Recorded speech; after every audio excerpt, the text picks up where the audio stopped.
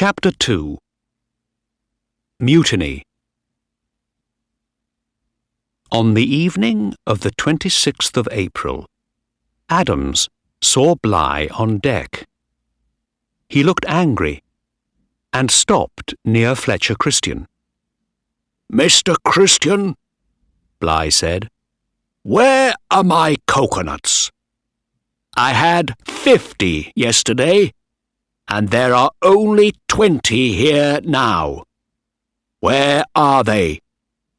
Do you know?" "No, sir," Christian said. "I don't know. I never saw them. I didn't take them. You know that." Captain Bligh looked at his tall young officer and said nothing. Bligh and Christian were once friends, Adams remembered, but not now. Bligh was often angry. Christian was always worried, afraid. Bligh said, "Mr. Christian, you took my coconuts. I know you did. You're my second officer, but all you officers take my things. God damn you all." At 4 o'clock that morning, Adams saw Christian again. It was a quiet night, and the ship moved slowly through the water. Christian had a piece of wood with him and a bag. His face was white in the moonlight. A young officer, George Stewart, talked to Christian. "What are you doing, Mr. Christian?" Stewart asked. "I'm in hell," Christian said. "Bligh doesn't like me, or any of his officers. I must leave the ship." "Leave? What are you talking about? How?" "I have some food in this bag, and wood, and I can swim," Christian said. "We're not far from the island of Tafua. Perhaps I can swim there." "Swim to Tafua? Of course you can't, man. Do you want to die?" "It doesn't matter. I can't stay here with that man. I'm in hell, I tell you. Every day he shouts at me, and it takes a year to sail to England. I must leave the ship." "I understand," Stewart said. "Many of us are afraid of Bligh. We don't like him. But you must stay. You're our best officer. Listen to me now." Bligh was in bed when the door opened. Christian came in with 3 sailors. It was still dark. Bligh opened his eyes. In the moonlight, he saw the gun in Christian's hand. "What?" Bligh sat up. "Get out, damn you! This is my—" "Hold him," Christian said. The sailors put Bligh's arms behind his back, and Christian tied them with a rope. "Now, sir, come with us." They took Bligh out of his bed and up onto the deck. He wore a shirt, but no trousers or shoes. There were 10 or 12 men there with guns and small swords. Christian held Bligh's hands with the rope, and Adams stood behind Bligh with a gun. "What are you doing?" Bligh said angrily.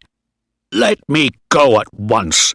You're—" "Be quiet," Adams said. "Listen to Mr. Christian." "But I'm the captain."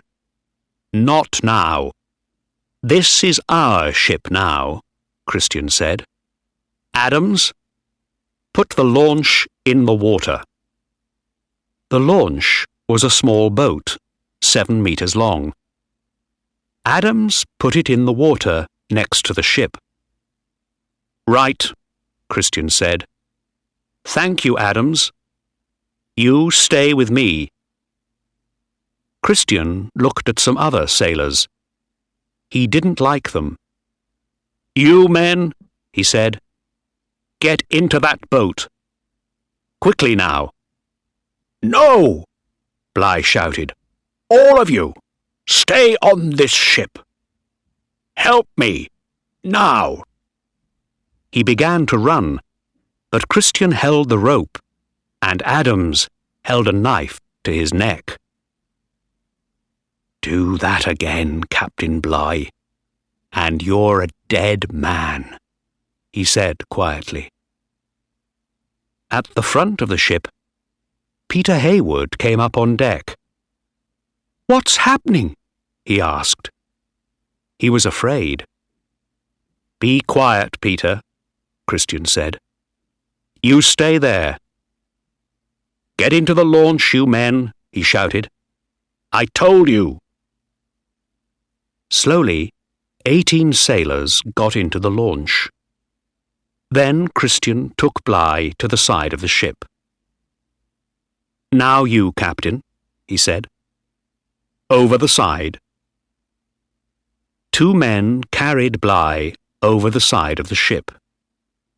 Then the sailors threw some bread into the launch, with a barrel of water, a little meat, bottles of rum and wine, some rope and sails, and some of the captain's books.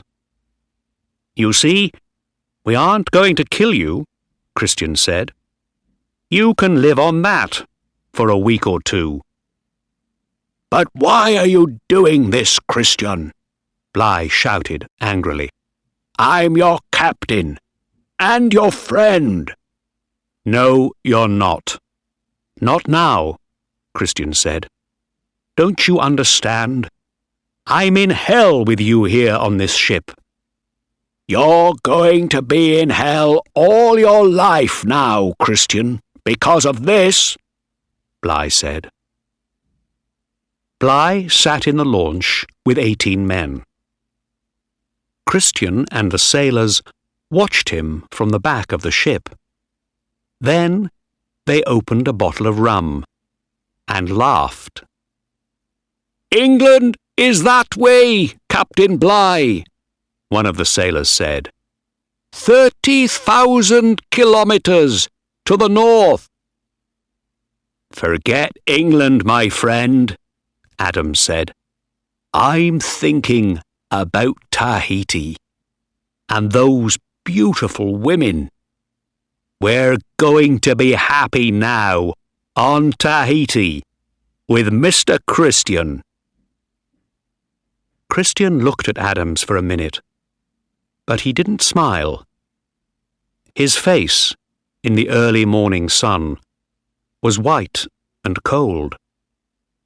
Then he looked at the launch, far away across the sea, with 19 men in it. Tahiti, England, or the Bounty. "It doesn't matter, John," he said. "I'm going to live and die in hell."